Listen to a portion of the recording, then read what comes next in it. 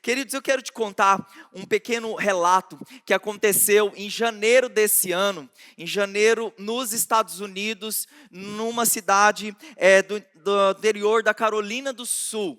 Aconteceu nessa cidade uma tempestade de inverno.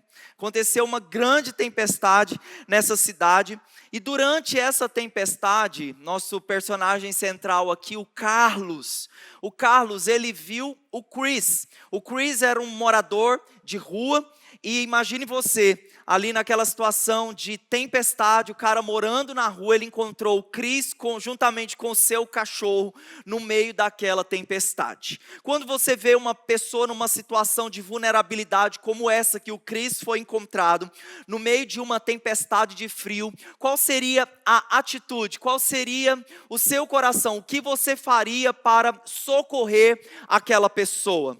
Eu acredito que você colocaria o seu amor em ação. Eu acredito que você colocaria aquilo que você tem aprendido de Cristo em ação. E foi isso que o Carlos fez. O Carlos, ele comprou comida para o Chris naquela hora e depois ele voltou para casa. E quando ele chegou em casa, conversando com a mulher dele, olha, eu encontrei, contando toda essa história. E a mulher dele percebeu e disse para ele: olha, Carlos, eu creio que Deus está tentando te dizer, está chamando você para fazer alguma coisa por esse homem. Por quê? Porque na descrição, fazendo a descrição para a mulher dele, ele falou assim: olha, tocou meu coração quando eu vi aquele homem com a barba grande, a barba congelando de tanto frio. E aí a mulher diz: então, faça algo. O Carlos volta para a rua, começa a procurar o Chris e não o encontra. E o que ele faz? É o que nós costumamos fazer hoje, colocar nas nossas redes sociais. Ele colocou na rede social dele que estava procurando um homem com aquele nome, com aquele perfil, com um cachorro, andando pela cidade. E essa mobilização, 70 pessoas responderam a essa mobilização, juntos procuraram o Chris, encontraram o Chris, abençoaram o Chris com hospedagem, para aquele tempo de inverno, abençoaram ele com roupa, colocaram também água e comida ali para o cachorrinho dele, para o animal dele. Então toda aquela mobilização gerou cuidado para aquele homem. Eu queria mostrar para você a foto desse momento, depois que o Chris, olha lá o tamanho da barba dele, essa é uma história real, não é IA, tá bom? Essa é uma história real, e realmente toda uma comunidade foi mobilizada por aquilo que uma pessoa sentiu. Então Carlos sentiu, e não apenas sentiu, mas ele colocou em ação o seu sentimento, e toda uma comunidade foi mobilizada para ajudar esse homem. Pode tirar a foto. E pensando nisso, pensando nessa história, existe algo muito poderoso, e nós vamos ficar girando em torno disso, nessa palavra, porque, queridos, existem pessoas que veem problemas. Problemas acontecem na minha casa, ao meu redor, e eu creio que acontece na sua casa, ao seu redor também. Mas existem pessoas que veem problemas. Também existem pessoas que, ao ver os problemas, reclamam dos problemas. E também existem pessoas que, ao ver os problemas, comentam sobre os problemas. Mas existem pessoas que veem os problemas e eles fazem uma pergunta para o Senhor. Qual pergunta que essas pessoas, ao ver um problema, elas dizem? Elas perguntam ao Senhor, elas dizem: Senhor, o que eu posso fazer para sanar esse problema? Como eu posso ser uma resposta para sanar esse problema? E eu quero dizer para você que esse perfil de pessoa, de acordo com o que nós estamos aprendendo nessa série, o Deus que reconstrói, são o tipo de pessoas reconstrutoras. São pessoas que veem o problema e se movem em direção daquele problema, perguntando para o Senhor: o que é que eu devo fazer? E quando nós comparamos a história do Carlos com o nosso personagem de hoje, o Neemias, eu disse para você que eu avançaria para o livro de Neemias nessa próxima palavra. O Neemias, querido, ele tem uma história, uma reação muito semelhante ao do Carlos. Eu preciso dizer para você que o Neemias provavelmente não nasceu em Jerusalém, mas ele era descendente, de judeu, ele era israelita. Ele nasceu no cativeiro babilônico. O Neemias, querido, ele possuía uma função de destaque, ele morava no palácio do rei. Ele era um homem que tinha um certo conforto, uma certa segurança, uma vida que era muito estabelecida. E certo dia, o Senhor permitiu que Neemias ouvisse uma má notícia. Assim como eu e você, praticamente todos os dias nós ouvimos más notícias. E o Neemias ouviu uma má notícia acerca do seu povo, acerca daqueles que estavam retornando para Jerusalém para reconstruir Jerusalém. E olha só o que Neemias, ele ouviu. Neemias capítulo 1, no versículo 3, a Bíblia diz: e eles me responderam. Então vem os conterrâneos, vem os israelitas para Neemias, contam toda a história e eles continuam dizendo para Neemias: olha, aqueles que sobreviveram ao cativeiro estão lá na província, passam por grande sofrimento e humilhação. O muro de Jerusalém foi derrubado e as portas foram destruídas pelo fogo. Eu quero dizer para você que o que diferencia Neemias de outras pessoas é que Neemias simplesmente poderia ter ouvido com o ouvido e aquela informação ter saído pelo outro ouvido. O que diferencia Neemias é que ele ouviu e ele se moveu em direção a Deus, perguntando para Deus o que ele deveria ouvir. Ou seja, aquela informação não ficou só na mente de Neemias, aquela informação desceu para o seu coração, e ele fez alguma coisa, ele colocou em ação aquilo que o Senhor o orientou para fazer. E eu quero te dizer que assim como Neemias, assim como uma realidade que existia, pessoas que estavam passando por sofrimento e humilhação, talvez próximo a você, tenham situações quebradas, tenham situações que fugiram do controle, tenham situações e problemas que você está precisando da graça de Deus para lidar. Talvez seja uma área da sua vida que você ainda não tomou posse da vitória em Cristo Jesus. Talvez seja um problema na sua família, no seu casamento quebrado, destruído, precisando ser refeito. Nós temos, queridos, ao nosso redor várias situações, várias áreas que precisam ser reconstruídas, inclusive a nossa própria geração que nós vivemos. Quando nós olhamos para o mundo que nos cerca, nós precisamos ter um coração que diz: Senhor, como é necessário o Senhor levantar reconstrutores cheios do Espírito Santo para declarar a palavra, para trazer esperança para o mundo ao nosso redor. Mas, queridos, talvez existam coisas assim ao seu redor que você tem ignorado. Coisas quebradas acontecendo ao seu redor que simplesmente você tem virado o rosto para o outro lado. E tem falado no seu coração: não adianta mais. Você tem falado no seu coração: olha, eu não vou fazer mais nada.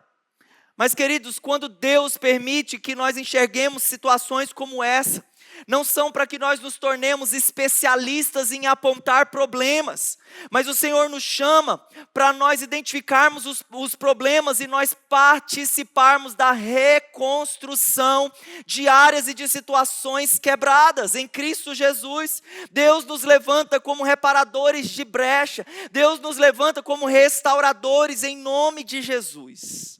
Por isso, na primeira palavra da nossa série, onde nós ministramos antes dos muros, o altar, nós falamos sobre as prioridades. Porque todo reconstrutor, antes de começar, antes de colocar a mão na obra, ele precisa estar bem com o Senhor. Ele precisa estar priorizando o que para Deus é mais importante.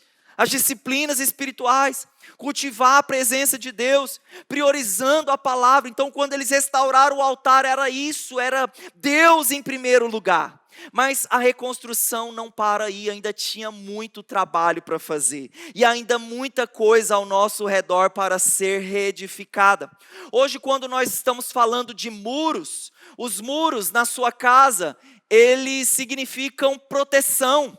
Os muros na sua casa significam limites. E os muros também de forma espiritual significa isso. Os limites de Deus para nós, de proteção para nós, significa identidade. E essas são áreas que Deus também quer trabalhar no nosso coração. Reconstruir os muros da nossa vida. Reparar áreas da nossa vida que estão quebradas. O Espírito Santo, Ele quer fazer isso em nós e através de nós. Eu posso ouvir um amém? Por isso, eu estou na série Deus que Reconstrói, e meu tema com você nesse dia é quando Deus chama um reconstrutor. Como Deus chama um reconstrutor? Eu já vejo aqui, em nome de Jesus, cada reconstrutor cheio do Espírito Santo. Eu já vejo aqui homens e mulheres se levantando nessa unção de reconstrução, de reparadores de brecha, dizendo: Senhor, me usa para a tua honra e para a tua glória. Não é pela nossa própria força, mas é pelo Espírito Santo. Queridos, como os reconstrutores, eles se movem. Meus 3 pontos, eles vão caminhar nessa direção. Como os reconstrutores, eles se movem. A primeira coisa que os reconstrutores, eles se movem. Os reconstrutores, eles sentem o que Deus, ele sente. O que Neemias ouviu? Neemias ouviu que uma cidade estava destruída. Neemias ouviu que os muros daquela cidade estavam derrubados, que as portas estavam queimadas, que aquele povo sofria humilhação. Então, Neemias, quando ouviu, queridos, essas coisas, Neemias se colocou à disposição do Senhor para fazer algo. Primeiro, ele sentiu. E o mais preocupante em toda essa situação, que muitos, como eu disse semana passada, o tempo demorou, há 2 semanas atrás, o tempo demorou 17 anos para ser reconstruído. A obra foi paralisada. Eles acabaram cedendo às vozes, aos enganos, aos desânimos que apareceram no meio daquela jornada. Então foram anos onde muitos passavam pelos muros derrubados, portas queimadas, e simplesmente eles se conformaram com aquela situação. Mas Deus, irmãos, levantou Neemias. Mas Deus levantou esse homem que tem tantas lições para nos ensinar. Por isso que não era só uma palavra, não cabia dentro só de uma ministração de 40 minutos. Precisa muitas e muitas lições que nós vamos aprender com Neemias. A primeira delas, nós precisamos entender onde o Neemias estava. Então ele morava na cidadela de Suzã. Ele servia ao rei Artaxerxes. E a Bíblia diz que ele era copeiro do rei. O que o copeiro do rei fazia? Simplesmente, o copeiro do rei, ele provava tudo aquilo que o rei, ele deveria tomar. Então, existia muito aquelas coisas, de não matar, através de espada, essas coisas, mas de forma muito sutil, colocar um veneno, lá na água do rei, naquilo que o rei bebia. Então os copeiros, eles experimentavam primeiro. Deixa eu experimentar aqui para ver se minha água está boa. Então ele tinha, queridos, uma posição de extrema importância. Aquele cara que era assim, de confiança do rei. Ele morava no palácio. Ele comia do bom e do melhor. Ele vivia no meio da nobreza ali, Então, queridos, o Neemias, ele tinha uma vida estável. O Neemias, ele tinha uma vida boa que todo mundo gostaria de ter.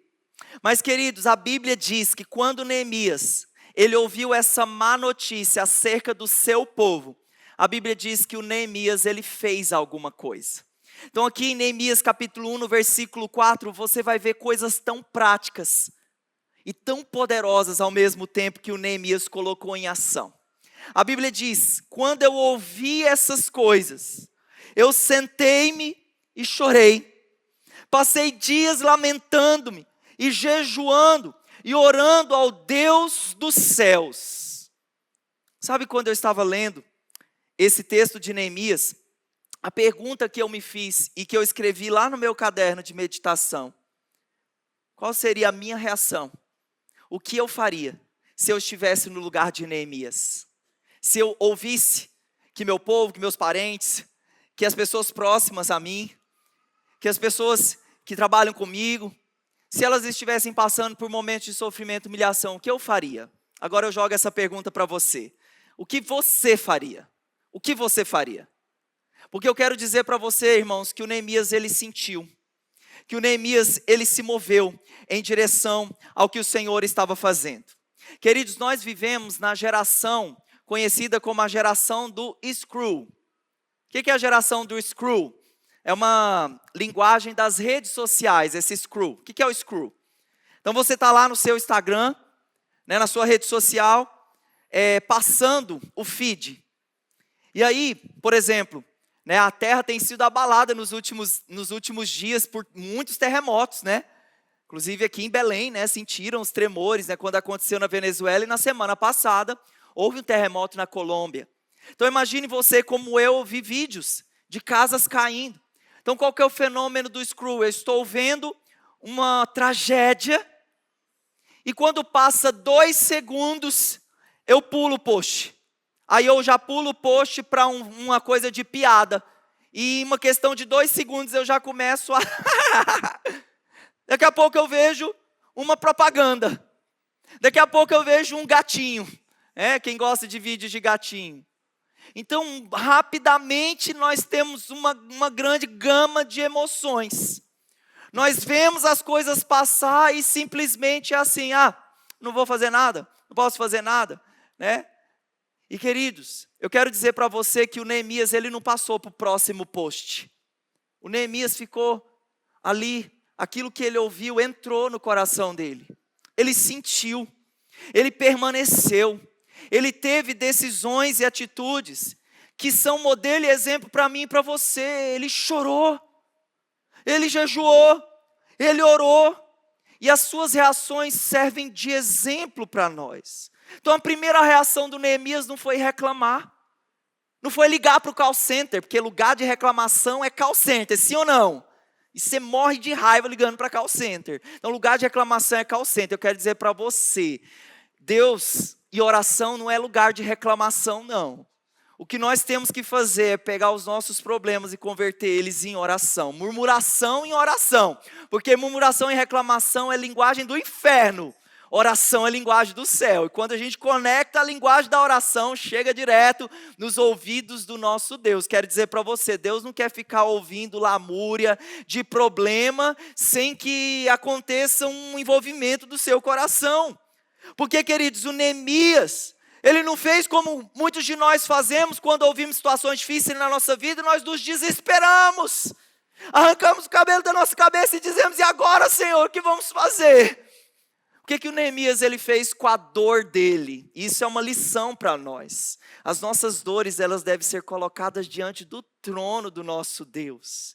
Neemias, ele leva a sua dor para o Senhor em oração. Então ele transforma a sua dor em oração. Toda dor, toda emoção é um convite para oração.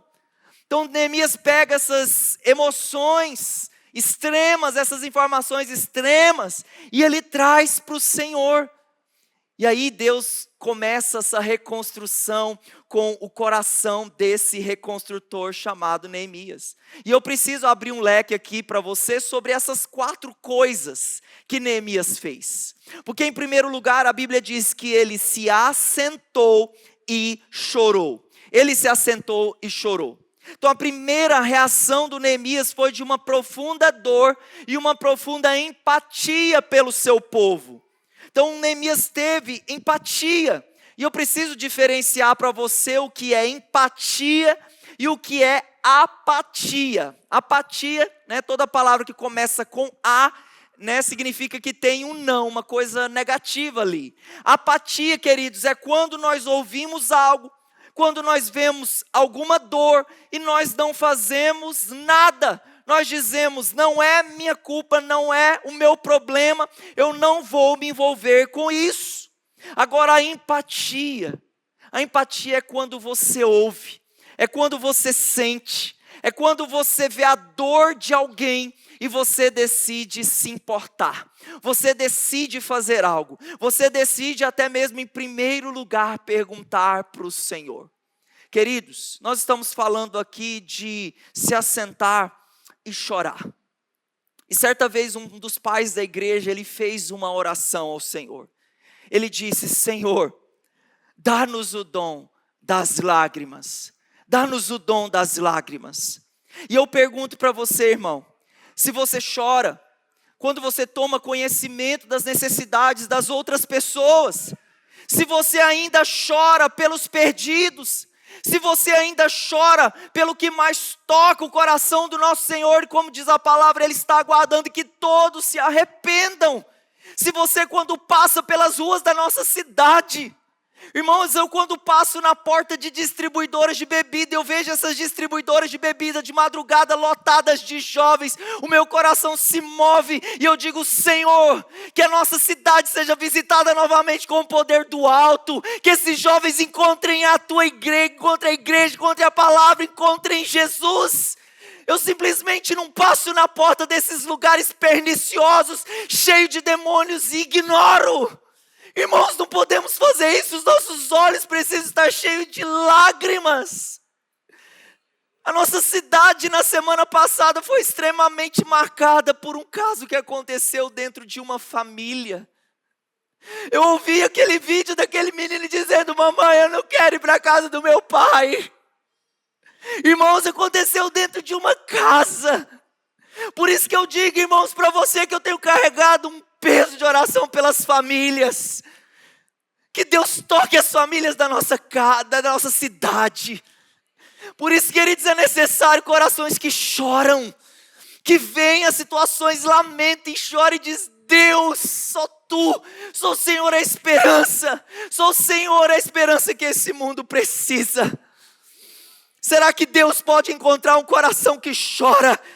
Será que Deus pode encontrar um coração empático, um coração que sente e que vê como Deus vê? Deus pode encontrar seu coração, irmão.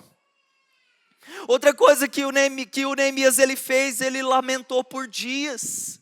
Então não foi somente lágrimas de crocodilo, não foi uma emoção que passou por dias. Ele ficou lamentando e dizendo, Deus, faz Senhor, eu não sei o que o Senhor está para fazer, mas eu te peço, faça.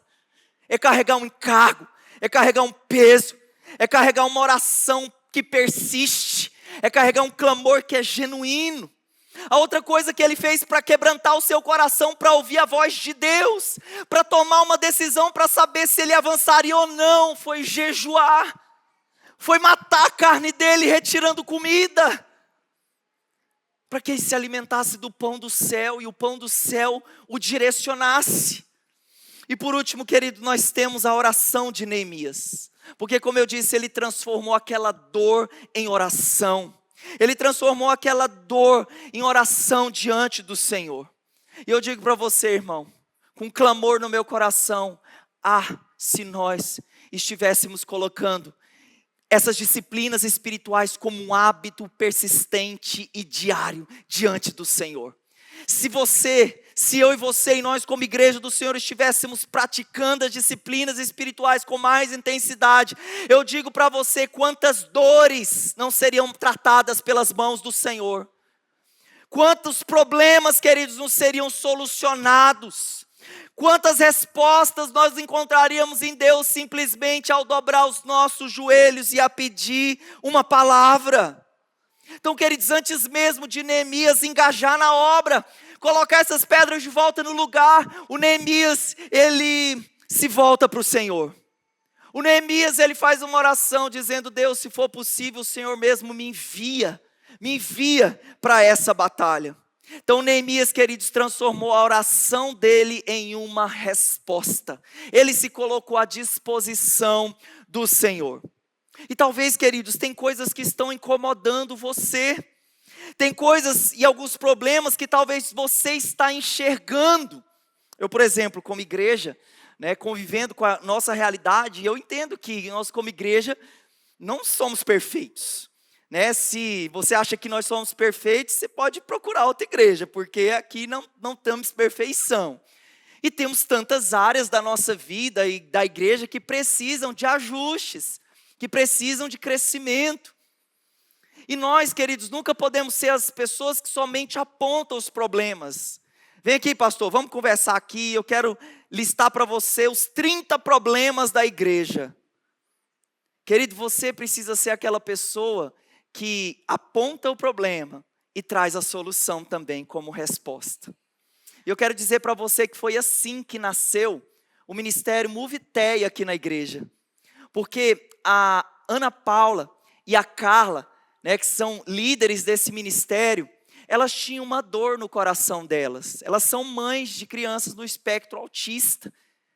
E elas, ao ver uma necessidade que a igreja não tinha até aquele momento, que era dar um suporte para as famílias, um suporte para as crianças, elas nos procuraram. Pastor, existe uma área da igreja, existe um problema. Mas nós estamos aqui trazendo o problema, mas a solução, o queijo e a faca. Nós queremos nos colocar à disposição para fazer algo, irmãos. E aí nasceu esse ministério que hoje eu tenho certeza que tem tantas famílias aqui que são impactadas diretamente com a resposta dessas irmãs, porque elas oraram e elas se colocaram como resposta. Você pode dizer um amém? Você pode aplaudir o Senhor? Porque é inspirador. É inspirador do nosso coração. Deus está chamando reconstrutores dessa forma. Pessoas que oram e dizem, eis-me aqui, Senhor, pode me usar. O reconstrutor, então, ele se move, ele sente aquilo que Deus está sentindo. A segunda coisa, que os reconstrutores, como eles se movem, os reconstrutores, eles esperam o tempo de Deus. Ei, pastor, vamos falar de esperar. E tem uma coisa que trata o crente. É esperar, esperar. A Bíblia diz aqui em Neemias 1, 5, 6, 8 ao 10, parte da oração do Neemias. Eu vou ler alguns trechos dessa oração. Então eu disse, Senhor, Deus dos céus, que os teus ouvidos estejam atentos, e os teus olhos estejam abertos para a oração que o teu servo está fazendo diante de ti, dia e noite, em favor dos teus servos, o povo de Israel. Confesso-te os pecados. Lembra-te do que disseste a Moisés. Estes são os teus servos, o teu povo. Eu quero dizer para você que antes desse período de espera, o Neemias, completando lá aquelas ações, o Neemias orou. E eu quero dizer para você que essa é uma oração completamente eficaz. É uma oração completamente assertiva. Porque dentro dessa oração nós temos adoração. Nós temos confissão de pecados, nós temos declaração das promessas. Lembra-te, Senhor, lembra-te do que Moisés disseste, lembra-te do que tu disseste a Moisés. Nós temos uma oração onde Neemias está se identificando. Ele não está orando pelo seu povo, Senhor, aquele povo lascado lá faz alguma coisa, não. O Neemias, ele está dizendo, Senhor, nós somos o seu povo, é o meu povo que está sofrendo. Nós precisamos de ti. E uma coisa que não é proibido você fazer, que é pedir. Pedir para o Senhor. A Bíblia diz, pedir e dá-se-vos-á.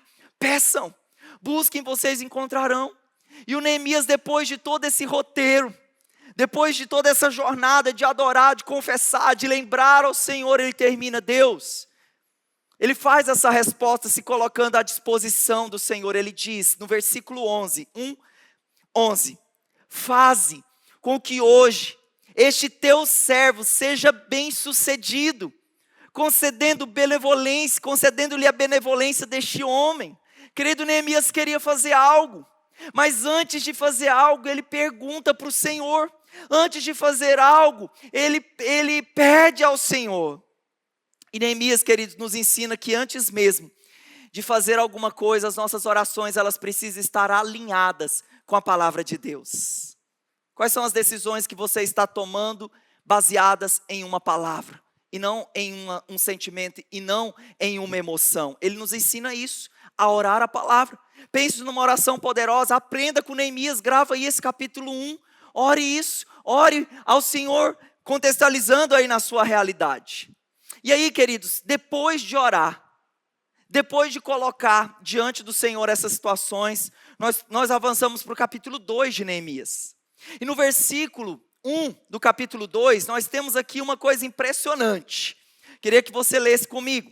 No mês de Nissan, no 20º ano do rei Artaxerxes, na hora de servir-lhe o vinho, levei-o ao rei. Pastor, o que tem de extraordinário aí nesse primeiro versículo do capítulo 2? Quero dizer para você que aqui existe um lapso temporal.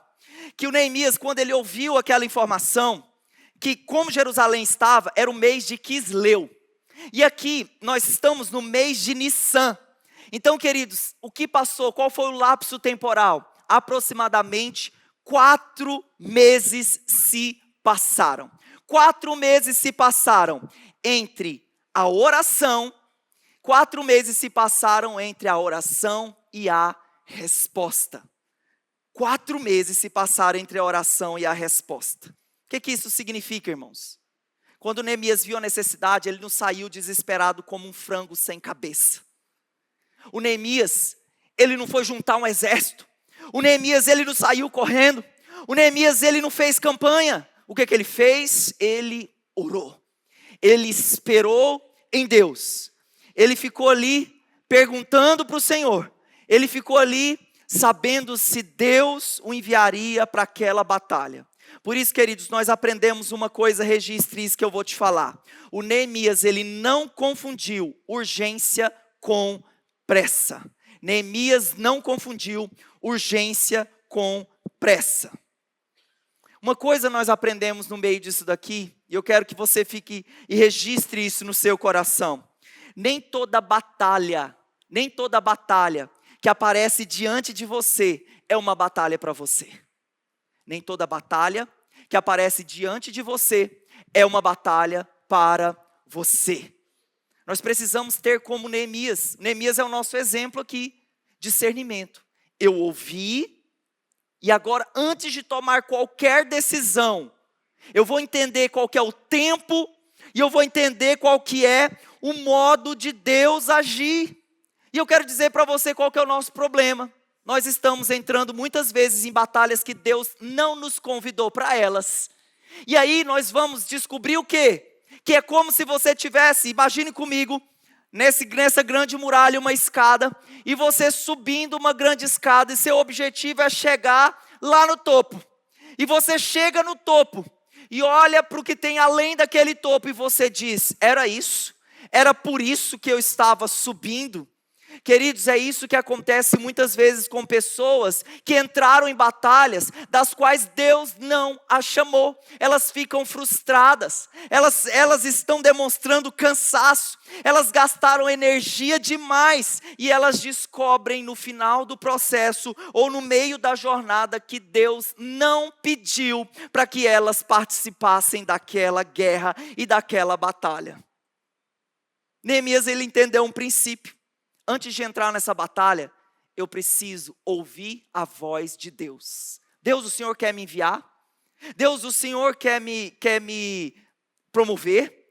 Deus, o Senhor quer que eu aceite aquele convite para mudar para uma outra cidade? Ou simplesmente a oportunidade, o valor, aquilo que vai me acrescentar? Isso vai falar mais do que a confiança em Deus. Porque o Neemias não deu um passo em falso. Antes de avançar, Neemias, ele ouve a voz do Senhor. Por isso, querido, não se mova se Deus não te liberar. O problema nosso é que as pessoas dizem assim, nós estamos vivendo na geração da sensação, das emoções. Eu não sinto, eu não sinto paz para tomar, eu não estou sentindo paz para tomar essa decisão. Não, mas peraí, irmão, nós vivemos pela fé e pela palavra, ou nós vivemos pela emoção? Porque eu quero dizer para você que paz não é um sentimento. Que paz é uma convicção produzida pelo Espírito Santo através do princípio da palavra de Deus. Então não é pela emoção. Eu estou sentindo o que eu devo fazer. Deus falou, Deus te deu uma palavra, você está recebendo confirmações pela palavra de Deus. E eu quero dizer para você que esses irmãos que ouvem a voz de Deus e tomam decisões, se movem nessa direção, eles são irmãos maduros na fé. Porque eles não se movem se Deus não os enviar. Eles não entram em guerras que Deus não os autorizou. Por isso, irmão, você tem uma palavra, então avance. Se você tem uma palavra, então avance. Agora, se não tem, é necessário esperar. Porque é o que nós aprendemos aqui com Neemias sobre esse tempo de espera. Isaías capítulo 40, no versículo 31, diz o que o tempo de espera faz conosco. A Bíblia fala, mas os que esperam no Senhor, renovam as suas forças. Voam alto como águias, correm e não se cansam, correm e não ficam exaustos, andam e não se cansam. Queridos, a Bíblia não está dizendo aqui que aqueles que esperam no Senhor, eles devem ficar parados. Pelo contrário, existe aqui uma expressão de movimento. A Bíblia diz que enquanto eles esperam no Senhor, eles renovam as suas forças. Então, enquanto nós estamos esperando em Deus, nós oramos, nós lemos a palavra, nós estamos esperando essa paz produzida pela convicção do Espírito através da palavra. Eles estão sendo fortalecidos, os seus músculos espirituais estão sendo fortalecidos enquanto eles esperam.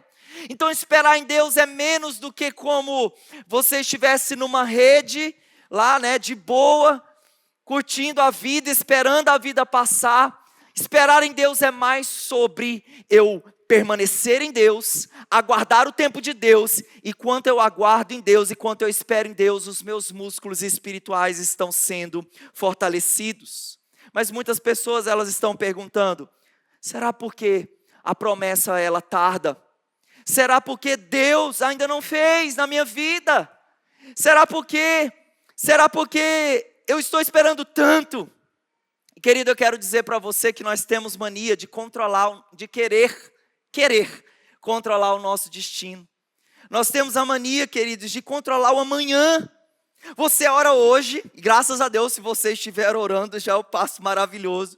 Você ora hoje, mas amanhã você já está pressionando Deus contra a parede, dizendo, Deus, eu quero minha resposta. Deus, eu quero que o Senhor responda. Deus, eu quero uma palavra.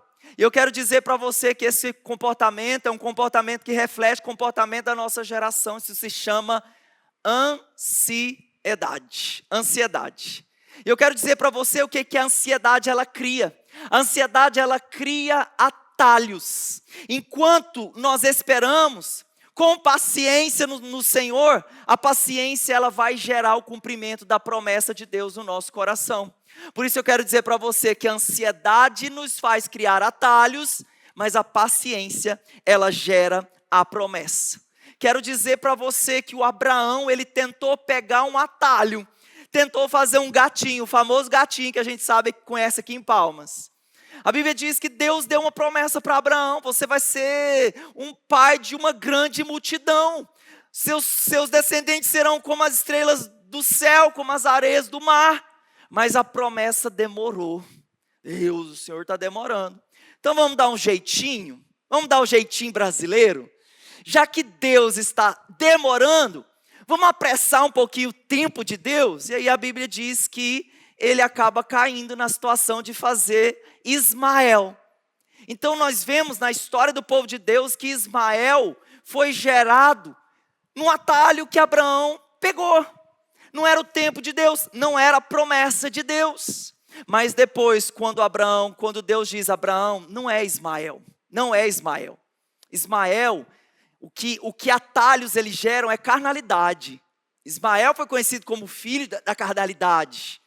Mas quando o Abraão ele se realinhou com Deus, aí, meu irmão, no tempo e no modo de Deus nasceu Isaque, descendente legítimo da força de um homem de mais de 100 anos. O impossível Deus fez. E eu quero dizer sobre a sua vida, o impossível Deus faz quando você espera.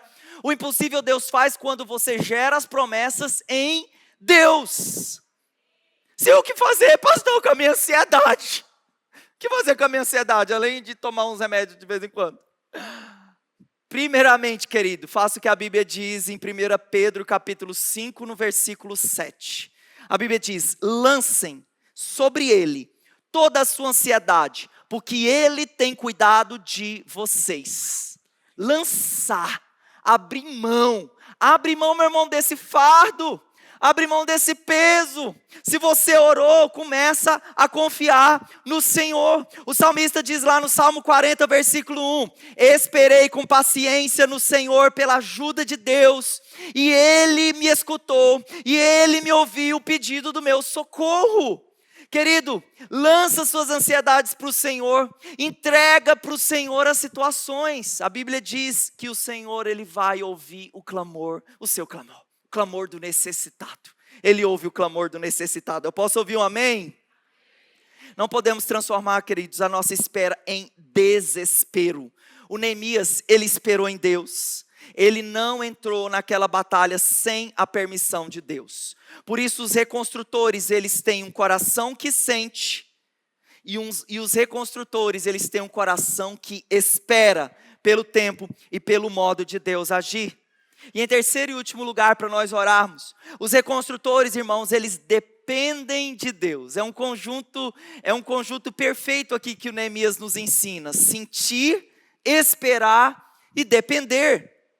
No versículo 4 do capítulo 2, a resposta ela chega. Irmãos, eu quero dizer para você, vai ter resposta para o seu clamor.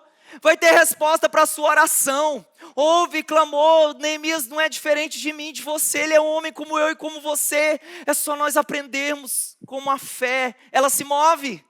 A Bíblia diz que o rei Artaxerxes, ele pergunta para Neemias: o que você gostaria de pedir? Irmão, chegou a hora onde a porta se abriu. E foi naquela hora que a porta se abriu que nós encontramos o coração de Neemias preparado. Porque, como eu disse para você, em tempos de espera o nosso coração precisa estar fortalecido.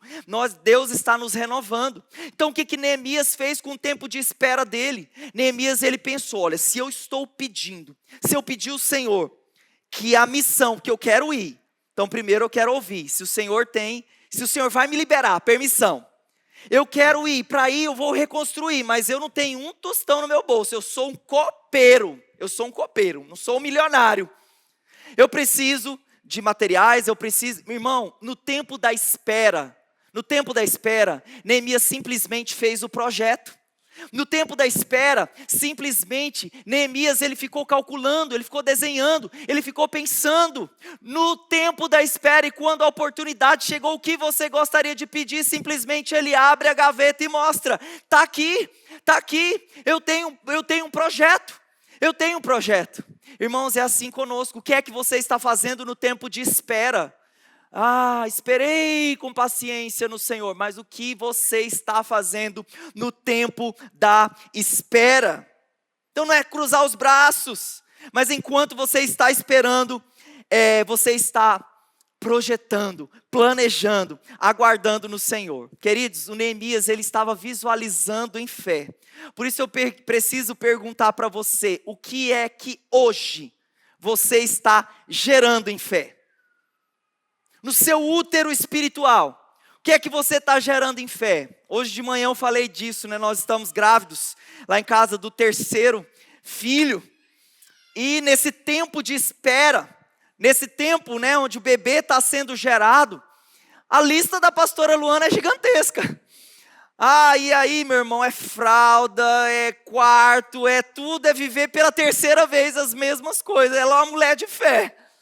Enquanto ela está aguardando, ela não está esperando as coisas acontecerem, ela está contando com o dinheiro de Deus, né? Que está no nosso bolso, né? Graças a Deus por isso. Mas de que você está grávido, irmão? Quais são as promessas que você está gerando, as coisas que você está pedindo, que você está esperando em Deus? Neemias sabia que ele não podia resolver sozinho aquela situação.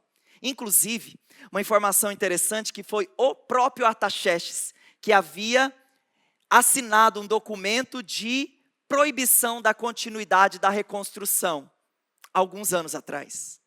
Então Neemias, quando ele ora, ele sabia que ele precisaria contar com o impossível de Deus. E quando o rei Artaxerxes, o próprio que tinha assinado aquele decreto, é ele mesmo que pergunta para Neemias, porque viu que Neemias estava com o seu coração em dias de lamento. Queridos, era o próprio Deus convence o coração do rei Artaxerxes. Então Neemias, ele foi atrás do impossível. E quando nós colocamos o impossível nas mãos do nosso Deus, Ele faz o impossível. Ele faz o impossível. Só aquele homem podia, de alguma forma, trabalhar naquele momento. Só o rei. E Neemias não buscou o rei em primeiro lugar, ele buscou o rei dos reis. O autor cristão A.W. Tozer, olha o que ele disse nessa área. Olha o que Deus, ele disse, olha, Deus está procurando pessoas através das quais Ele possa fazer o impossível. Então Deus está procurando pessoas, e eu creio que estão gerando milagres, que estão reconstruindo a vida ao seu redor. Mas Ele diz com grande clamor aqui, que pena, que planejamos apenas o que nós podemos fazer sozinhos.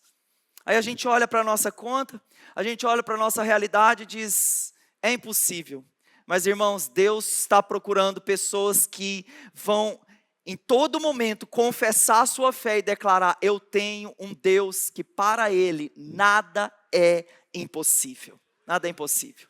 O que é que você gostaria de pedir? Eu pergunto para você. O que é que você gostaria de pedir? Porque quando essa pergunta foi feita para Neemias, o favor e a resposta de Deus veio. O que é que ele recebeu? Permissão. Ele recebeu passagem, ele recebeu provisão, ele recebeu proteção.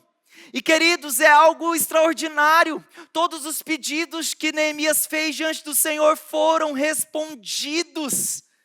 Inclusive a própria provisão. Por isso eu preciso dizer para você que se a visão, ela é de Deus, como foi de Deus, Deus permitiu com que Neemias ouvisse. Deus permitiu com que Neemias sentisse, com que ele fizesse algo. A visão era de Deus. Eu quero dizer para você, quando a visão é de Deus, a provisão também ela é de Deus. Então quando Deus chama, Ele vai prover as necessidades. Eu gosto muito da frase do pastor Lucas Huber, um dos nossos pastores fundadores da nossa igreja. Ele diz, tente grandes coisas para um grande Deus. E assim que eu falo para você, irmão, não limita, não fica limitando-se com as realidades, com as situações ao seu redor, vendo uma pessoa quebrada e dizendo, Deus não vai fazer nada. Não, irmão, tente grandes coisas para um grande Deus, veja realidades espirituais por trás daquela realidade, já veja Deus fazendo milagres, já veja famílias restauradas, já veja bairros transformados, já veja vidas transformadas pelo poder de Deus. Tente grandes coisas para um grande Deus, em nome de Jesus.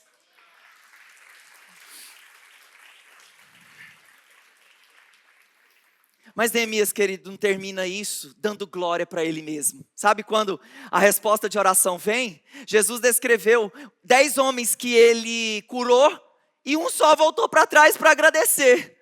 Neemias não tinha esse coração dos 9. Ele tinha o coração do que volta. A Bíblia diz no versículo 8. Ele orou, ele continuou orando. Neemias era um homem de oração. Na semana que vem vocês vão ver as batalhas. Vocês vão ver, meu irmão, o que é o significado. É assim que eu luto as minhas guerras. Não perca o 3º episódio dessa série. Eita glória, quem falou eita glória? Amém. É assim que eu gosto. Então ele ora, visto que a bondosa mão de Deus estava sobre mim, o rei atendeu os meus pedidos. Foi eu, é a minha capacidade, é o meu dom, é o meu talento, eu sou o cara. Não, irmão, ele não colocou a resposta nele mesmo, ele deu glória a Deus, visto que a bondosa mão do Senhor estava sobre mim. Visto que a bondosa mão do Senhor estava sobre mim. Irmão, sabe o que aconteceu? Quero que você imagine essa cena, a cena daqueles que são honrados pelo Senhor. Porque a Bíblia diz que Neemias recebe permissão, passagem, provisão, proteção.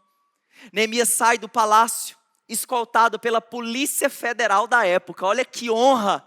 Um copeiro. Um homem que servia, que tomava o negócio, estava na iminência de morrer. Um copeiro sai escoltado pela Polícia Federal da época. Olha a honra, olha a honra. E eu creio, queridos, é isso que acontece na nossa vida quando nós sentimos o que Deus sente, quando nós esperamos o tempo de Deus e quando nós dependemos do Senhor. Deus honra, a Bíblia diz, honrarei aqueles que me honram. Honrarei aqueles que me honram. Neemias, irmãos, ele era apenas um instrumento daquilo que Deus estava fazendo. E existe algo tão maior que aponta Neemias para o ministério do Senhor Jesus. Neemias era um tipo imperfeito, mas nós temos Jesus, um tipo perfeito. O Neemias, ele via uma cidade destruída, que ele queria fazer algo. A Bíblia diz que o nosso Senhor, ele vê uma humanidade destruída, e o Senhor Jesus, ele diz, eis-me aqui. Cumpra-se em mim a vontade do Senhor. Jesus se move em direção à vontade do Senhor. Neemias, querido, ele deixou a segurança daquele palácio para ir rumo ao desconhecido. E o nosso Senhor também deixou a glória dos céus para habitar no nosso meio, para reconstruir uma humanidade caída. Neemias, queridos, ele recebeu a autoridade ali daquele rei terreno para ir, vá, cumpra essa missão que Deus colocou no seu coração. E o nosso Senhor também recebeu a autoridade do Pai. O que eu queria focar aqui nesse momento, querido, assim como Neemias, Jesus também disse, eis-me aqui. Lá em Hebreus capítulo 10, no versículo 7, o próprio texto diz, então eu disse, aqui estou, no teu livro está escrito a meu respeito, eu vim para fazer a tua vontade, ó Deus. Irmãos, nós precisamos de homens e de mulheres, a semelhança de Neemias e a semelhança de Jesus, que dizem, eis-me aqui, que dizem, eis-me aqui. Irmãos, aquela obra, ela não começou primeiro colocando pedras, ela começou com a dependência de um homem, que disse em primeiro lugar, eu posso fazer alguma coisa. Eu posso fazer alguma coisa. Começou com o eis-me aqui de um homem. Dizer essa frase, Senhor, conta comigo. Eu não quero ser indiferente à realidade do mundo ao meu redor. É você abrir mão da indiferença que muitas pessoas têm ao passar por aí, ver pessoas em uma calamidade e uma destruição. Queridos, eu creio que Deus está levantando uma geração de reconstrutores, de pessoas que vão olhar para casamentos quebrados, que vão olhar para as vidas quebradas, para identidades que estão destruídas, para vidas que estão feridas e vão dizer, Senhor, eis-me aqui. Por isso, de forma prática, nessa semana, qualquer ação, além de sentir, além de orar, qualquer ação prática que você vai responder para o Senhor dizendo, eis-me aqui. Eu posso dizer para você algumas coisas, algumas listas. Pode ser a sua casa aberta para as nossas células. Pode ser você se dispondo para liderar parte do corpo de Deus. Cuidar de pessoas. Cumprir um mandamento e uma guerra que de fato você não vai precisar orar para saber se Deus quer que você esteja lá ou não. Que eu quero dizer para você, Deus, eu entrei nessa batalha de cuidar de pessoas, mas eu não ouvi a voz de Deus. Está muito claro, e de fazer discípulos é um mandamento, é para todo mundo. Essa batalha Jesus quer que você entre. Mas às vezes você enche a sua agenda com um monte de compromisso que não prioriza o reino de Deus. Que fala mais sobre nós, que fala mais sobre a nossa vontade, o nosso querer. Enche a sua agenda com, eis-me aqui, Senhor, cumpra em mim o teu querer e a tua vontade. Então o que eu posso fazer? O que eu posso fazer, querido? Eu preciso despertar o seu coração, porque nós temos que constantemente sair da zona de conforto. O Neemias saiu da zona de conforto. O Neemias foi em direção ao que Deus estava dizendo para ele fazer, o tempo e o modo de Deus. Mas talvez você esteja falando assim, pastor, eu não sou pastor, eu mal conheço a Bíblia. Irmãos, o Neemias ele não era engenheiro.